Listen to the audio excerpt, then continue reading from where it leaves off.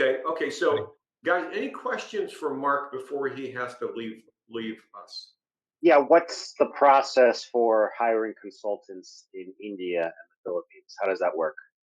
It's a really good one.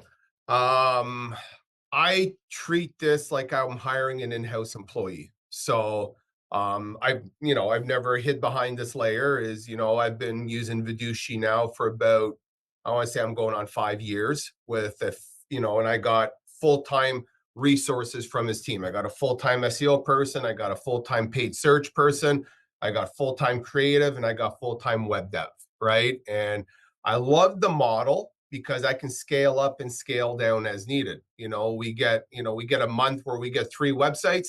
I don't have to push them, right? I just, come on, buddy, bring somebody else on, right? We've developed our processes first off before we even done this, as Dom said, really to be able to fit into this layer.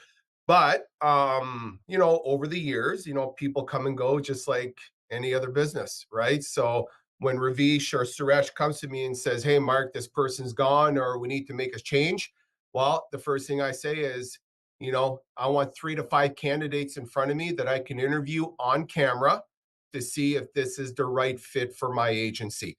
When I first started, it'd be like, okay, we're giving you Bob here to work on your SEO projects. Okay, you know what I mean? But we'd be 4 weeks, 5 weeks in, and Bob sucked, right? It just wasn't a good fit. So I really made the decision, and his name's not Bob, but I really made the decision to say, hey, if I'm going to work it this way, I'm treating this like employees. And and I work with them like employees. I treat them like employees.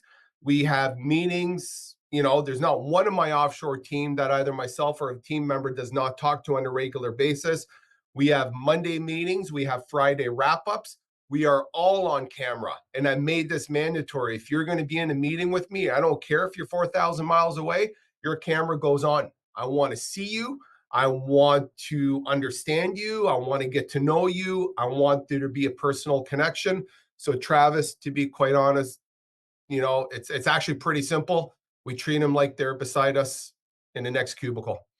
Got it. And then the project managers are your internal employees, correct? The product managers are internal that we Okay. hire here within the city. And this is my big one too, is, I want to be careful how I say this because, I have an office environment, right? I don't do virtual. Simply meaning is I run a hybrid model. My project managers come in Monday, Tuesdays, and Thursdays. I let everybody work from home Wednesdays and Fridays more because I like my time to be able to do my meetings, do my accounting, have people into the office without, having staff around. So it works really well, but I hire in the city. I'm an employer. I like contributing to my city this way. I like bringing people in locally. And I live in a suburb of Ottawa. I try very hard to even hire within my suburb. Everybody lives within 10 minutes away. We understand our community, and that's sort of how I work it as best I can. But I won't hire somebody from Toronto. I won't hire somebody from Windsor. I won't hire somebody from across the country. Project managers need to live in my city. They need to come to my office. I want to see your faces at least 3 times a week. Okay. Yep. Any other questions for Mark? Yeah, Mark, can I ask a quick question regarding your, I like your business theory, running lean, efficiencies, et cetera.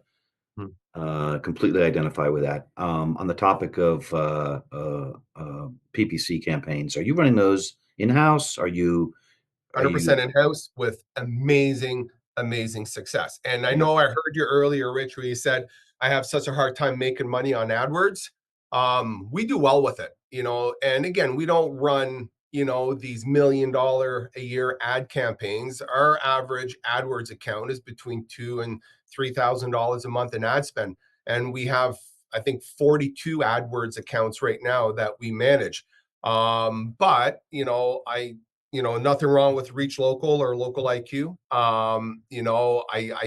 I don't love the commission split model because when 40% of the ad spend or 60% of the ad spend is gone, it's, unless you're got a lot of money on there, it's hard to do it. The only thing is that, we're very honest. I charge a minimum of $500 a month to manage an AdWords campaign. If your ad spend is $500, I'm still charging you $500. I don't care. You're doing a flat rate or a percent? we do a flat rate to start, plus a 10% surplus on anything over $2,000 a month. So basically we take $500 a month. And if your ad spend goes up to 2,100, well, guess what? I'm taking an extra $210 on top of my 500. And now it becomes 710 bucks. All right. And that's how we run it. No issues. We do really, really well with AdWords. My offshore person for AdWords is amazing. Listen, man, on average, we're converting solid at around 8.5%. Across the board throughout all. I got AdWords campaigns that are converting at 18%. I got some that are converting at 7%. I have very few campaigns that are converting under 5%. And the conversion for us guys is a form fill or a phone call. We don't track fluff. I love AdWords. It's something I avoided for a long time, but I can honestly say this: I'm an SEO guy at heart. SEO is where my profit is. I always want to sell SEO. But SEO is hard to quantify, man. People run out of steam after 6 or 8 months. I made a decision early on that if you're going to do SEO with me, we add an AdWords component to it, no matter what. And you know what?